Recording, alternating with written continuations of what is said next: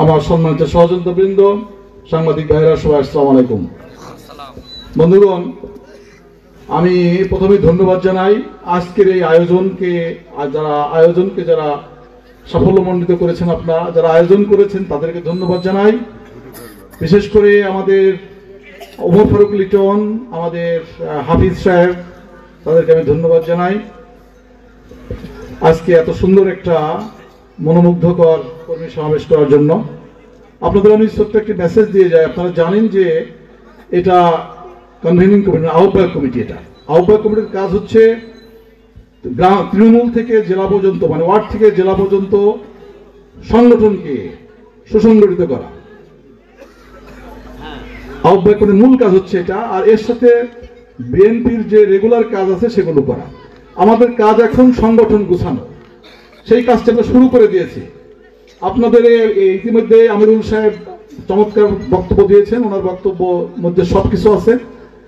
আপনারা এই কমিটির যারা নেতা হতে চান, বিশেষ করে এই 1 নম্বর ওয়ার্ডের যারা প্রেসিডেন্ট সেক্রেটারি হতে চান, তারা এই 1 নম্বর ওয়ার্ডের যারা বিএনপির মা বোনেরা বা ভাইয়েরা আছেন, সবার সাথে যান, সবার সাথে আপনাদের মতামত তাদের সাথে নেন, নিয়ে আমরা এখানে কর্মী সভা করব, আমরা এখানে ফর্ম বিতরণ করব।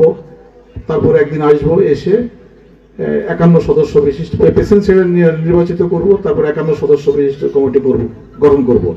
এমনিভাবে প্রত্যেকটা ওয়ার্ডের কমিটি শেষ হবে, ইউনিয়নের সম্মেলন হবে, উপজেলার সম্মেলন হবে, জেলার সম্মেলন হবে, কমিটি পুনর্গঠন হয়ে যাবে। আপনারা সেই জন্য আপনারা প্রস্তুতি নেন।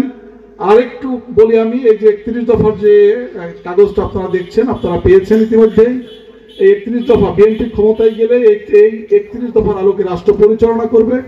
আমার আর ইচ্ছা ছিল 31 দফা বেশ কয়েকটা দফা বিশ্লেষণ করা, তো যেহেতু সময় হলো না, আপনারা যারা আমরা 31 দফার উপরে কর্মশালার প্রশিক্ষণ আয়োজন করার একটা পরিকল্পনা আমাদের আছে।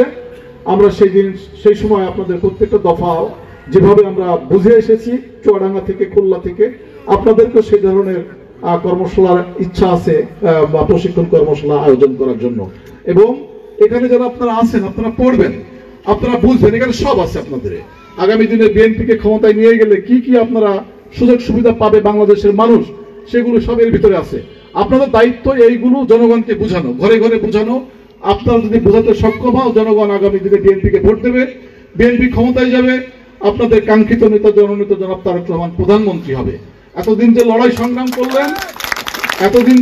সংগ্রাম করলেন তার বাস্তবতা, তার ইতি ঘটবে তখনই যখন আপনার দলকে আপনি ভোট দিয়ে রাষ্ট্র ক্ষমতায় নিয়ে যাবেন। তখনই তো আপনার এই 17 বছরের লড়াই এবং সংগ্রাম শেষ হবে, ঠিক কিনা?